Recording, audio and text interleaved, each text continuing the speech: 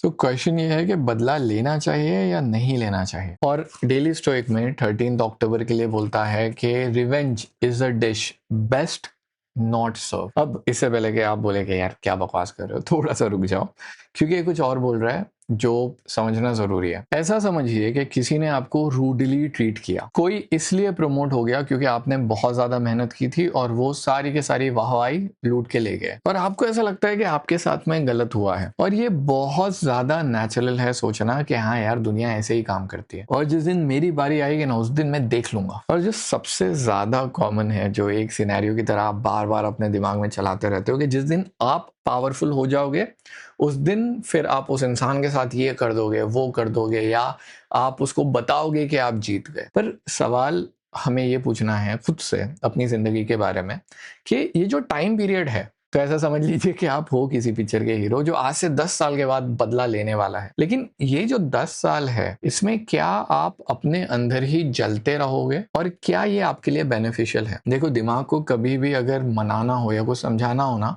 तो एथिक्स इतने ज्यादा काम नहीं करते। जो काम करता है वो ये कि चीज आपके लिए यूजफुल है या यूजफुल नहीं है। और जितना मुझे एंगर के बारे में समझ में आया है ये पढ़ के, ऑथर साफ साफ बोल रहा है कि ये चीज आपके लिए यूजफुल नहीं है, क्योंकि कोई भी एक्शन जब की जाती है तो वो दिमाग से की जाती है, स्ट्रेटेजिकली, क्या ये मेरे लिए सही है या नहीं है।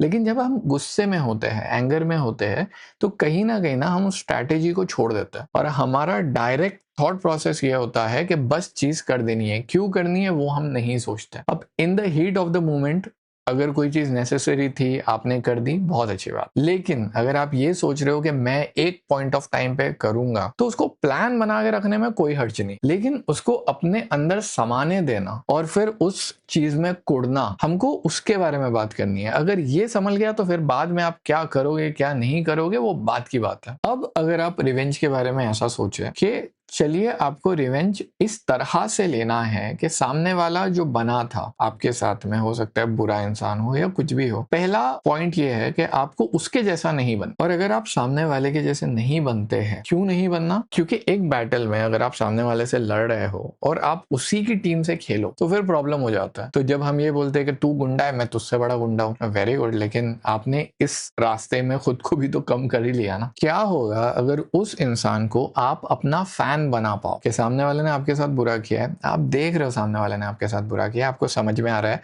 कि मैं इस हिसाब से इसको फोड़ सकता हूँ, इसको मार सकता हूँ, इसकी जिंदगी बर्बाद कर सकता हूँ। लेकिन आप सोचते हो कि क्या होगा अगर इसने जो भी चीज आपसे लेके गया है ये सूद समेत वापस ला के दे इज्जत के साथ, और जिस उसको उस इवेंट को फील करो कि वो कैसे फील होगा, वो इंसान होना कैसा फील होगा, शान से बैठना कैसे फील होगा, माफ कर देना कैसे फील होगा। और मुझे मालूम है कि जब मैं बोल रहा हूँ तो बोलने में सारी चीजें बहुत नॉर्मल लगती है यार। तो आगे क्या होने वाला है आज से 10 साल के बाद में, उसको 2 मिनट के लिए छोड़ देता है। अभी के लिए, आज के लिए, जब भी ये ख्याल आपके दिमाग में आए कि 10 साल के बाद मैं ये करूंगा, या जब मैं पावरफुल हो जाऊंगा मैं ये करूंगा, अभी उसको अपने आप को जलाने मत दो। अपना दिमाग ठंडा रखो, अपने आप को बैलेंस में रखो, क्योंकि अगर आप उस बैलेंस में रहे तो आप एक टाइम पे इतना ज्यादा ग्रो कर जाओगे कि सामने वाला ऑटोमेटिकली आपके सामने हार मान लेगा। ये एक आपकी जर्नी है और ये आपकी डेस्टिनेशन है। अब आप आगे बढ़ रहे हो, और वो छोटे बच्चों के साथ नहीं होता, बच्चे को अगर कुर्सी लग गई तो हम कुर्सी को मारते हैं कि हाँ ये बुरी कुर्सी है, और बच्चा खुश हो जाता है। क्या यही चीज हम अपनी जिंदगी के साथ नहीं कर रहे? जब हम पलटते हैं और यहाँ पे लड़ना शुरू करते हैं,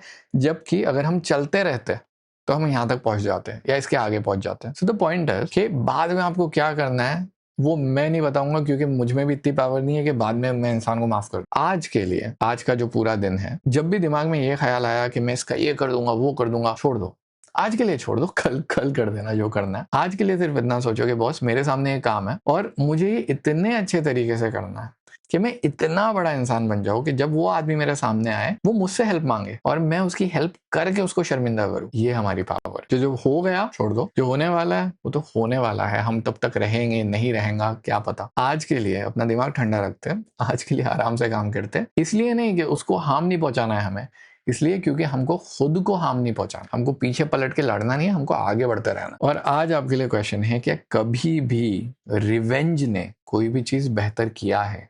किसी के भी लिए? ये थोड़ा डीप क्वेश्चन है, थोड़ा डिटेल में सोचना है इसके बारे में। So thank you for watching and अभी स्क्रीन पे लिंक आ गई होगी फॉर 4 बुक्स जो मैंने पूरी डिटेल में हिंदी में एक्सप्लेन की है। अगर आप ऑलरेडी कुछ देख रहे हो तो ये आपके लिए रिमाइंडर है कि इसको कंटिन्यू करो देखना, और अगर आप नए हो तो इनमें से जो अच्छा लगता है, चारों अलग अलग जॉनरा की है, चेक करो, it will really help you. Thank you for watching.